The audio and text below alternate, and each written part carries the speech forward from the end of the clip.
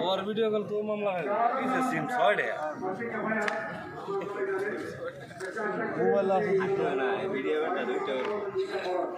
वो और वीडियो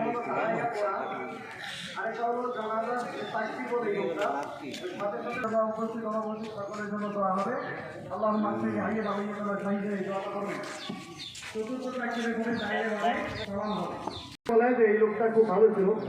মানুষের সেবা করতো, মানুষের সাথে ভালো আচরণ করতো, দান খেরাত করতো, নামাজ পড়তো। এই রিপোর্টগুলো যখন নেয়, আল্লাহর ভালো রিপোর্ট যখন নেয়, রাসূল করিম সাল্লাল্লাহু আলাইহি ওয়াসাল্লামের